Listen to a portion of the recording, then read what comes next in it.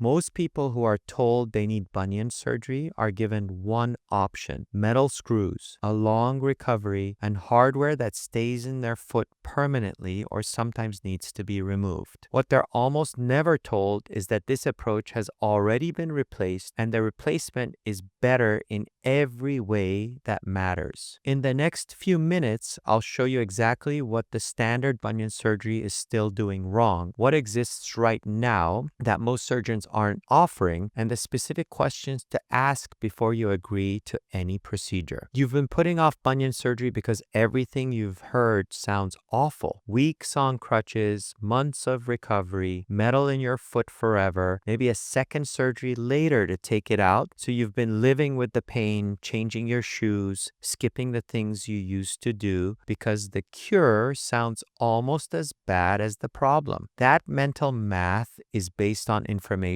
that's years out of date. After 20,000 bunion surgeries over 25 years, and after spending over a decade helping develop the hardware that has replaced metal fixation entirely, I can tell you exactly what the difference looks like for patients on the table and patients in recovery. I'm going to walk you through why standard bunion surgery is still using hardware that should be obsolete, what the hardware is doing to your recovery, and what the patient who knows their options actually asks for instead. Point 1. The standard bunion surgery was designed around the best materials available decades ago, not the best materials available now. Ask any surgeon how bunion surgery works, and the answer has been the same for generations. The bone is cut, realigned, and held in place with metal screws or plates while it heals. Metal is strong, reliable, and has been used successfully in millions of procedures. Most patients accept this without question because their surgeon presents it as simply as how the procedure is done. This is not a story about surgeons cutting corners. Metal fixation genuinely was the gold standard for a long time, and surgeons who built their careers around it produced good outcomes with the best tools available to them. The problem is that a fundamentally better material now exists, and most surgical practices haven't changed to reflect it. Metal holds the bone in place while it heals. That's the job it was designed to do, and it does that job adequately. But once the bone has healed, the metal has no further purpose.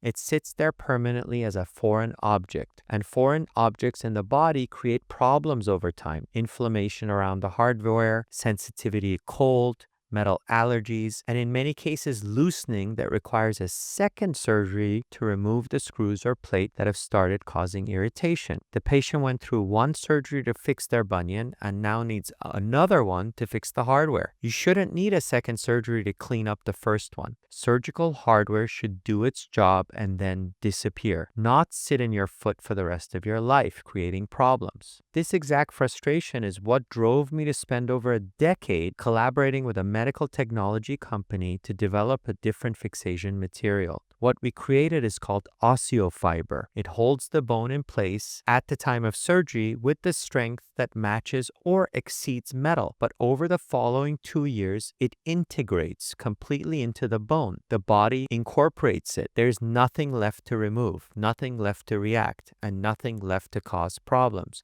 It literally becomes your bone. That's why we call it the ghost bunionectomy. After 2 years, it's as if the hardware was never there. One surgery instead of a potential 2. No hardware reactions, no cold sensitivity, and a foot that heals completely rather than healing around a permanent foreign object. But the case against metal hardware isn't just about what it leaves behind permanently. It's also about what it does to your body during the recovery itself, and that's where the difference becomes impossible to ignore. Point 2. Metal hardware is a significant reason bunion surgery recovery is as painful and slow as it is. Patients are routinely told bunion surgery recovery takes 6 to 8 weeks of restricted activity, significant pain, and limited weight bearing. That timeline is presented as a fact of the procedure because it's just how long it takes for a foot to heal after this kind of surgery. Most patients accept it because they assume bone healing is bone healing regardless of what holds it together. Some of the recovery time is genuinely about the bone knitting back together. That's biological process that takes time no matter what.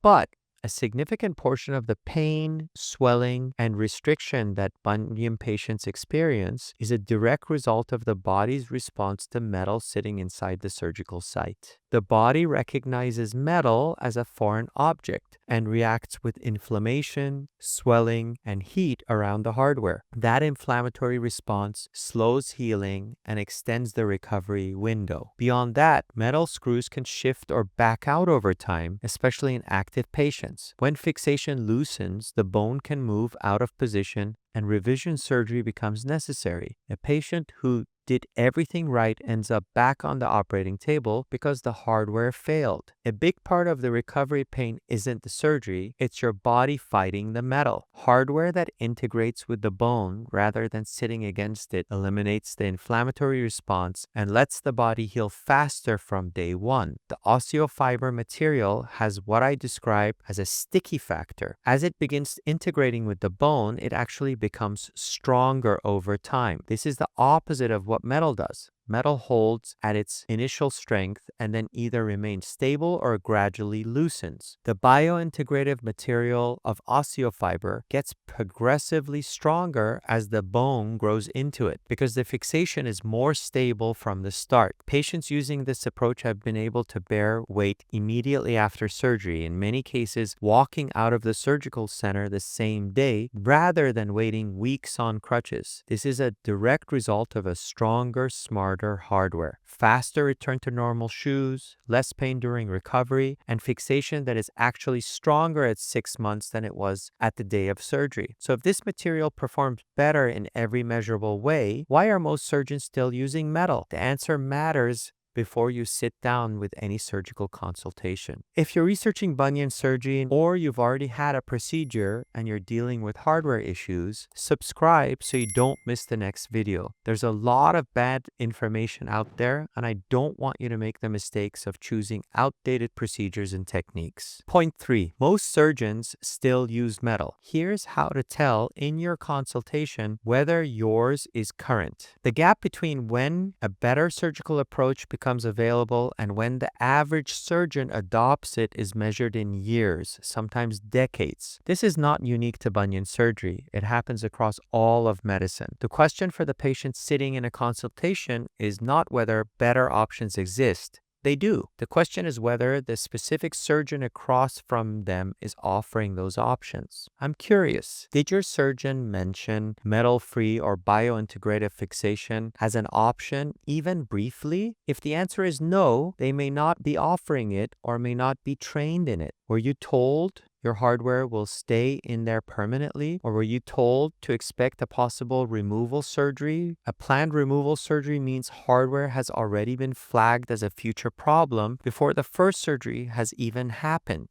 Did your surgeon explain what happens to the fixation material after your bone heals? Or did the conversation end at the procedure itself? A surgeon using integrative fixation will explain what the material does over time because that process is a core part of the outcome. If you answered no to the first question and yes to the second, your surgeon is working with the previous generation of hardware. That doesn't make them a bad surgeon, but it does mean you have options that you haven't been presented, and you have the right to ask about them before you consent to anything. Knowing the right questions is only useful if you know how to use them in the room. Here's exactly what the conversation needs to look like. Point 4. Before you agree to bunion surgery, have this specific conversation with your surgeon. Stop accepting the default surgical plan and start asking specifically what hardware will be used, why, and what happens to it after your bone heals. The hardware decision is finalized before surgery, not during it. Once you're in the operating room, the choice has already been made. The only window you have to influence that decision is the consultation, and most patients don't know the exact questions to ask until after the procedure is done.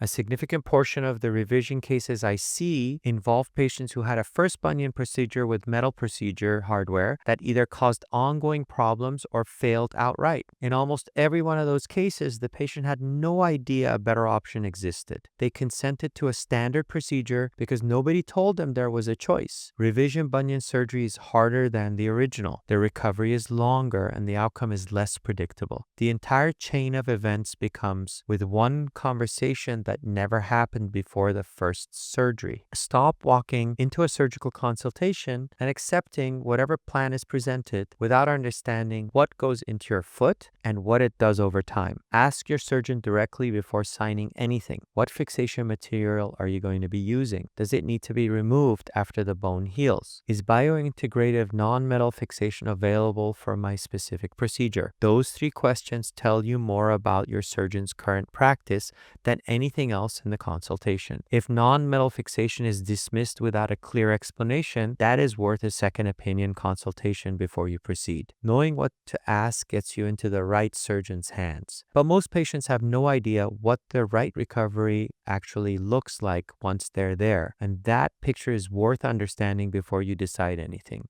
Point 5. Here's what bunion surgery recovery actually looks like when it's done right. Most patients delay bunion surgery for years because the recovery they've heard about sounds worse than the condition itself. Weeks on crutches, months of pain, hardware in the foot forever. That picture is based on the old method. The recovery from a minimally invasive non-metal procedure is different enough that patients who go through it consistently say the same thing. They wish they hadn't waited so long. Imagine you've been avoiding getting your car fixed because someone told you it would be in the shop for 3 weeks and you'd be without transportation the whole time. Then you find out there's a different shop that uses newer parts, gets the job done in days, and the repair is actually stronger than the original. Here is what recovery for a minimally invasive non-metal bunion procedure actually looks like, so you can compare it to what you've been told. Day of surgery. Most patients walk out of the surgery center the same day in a surgical boot. No overnight stay.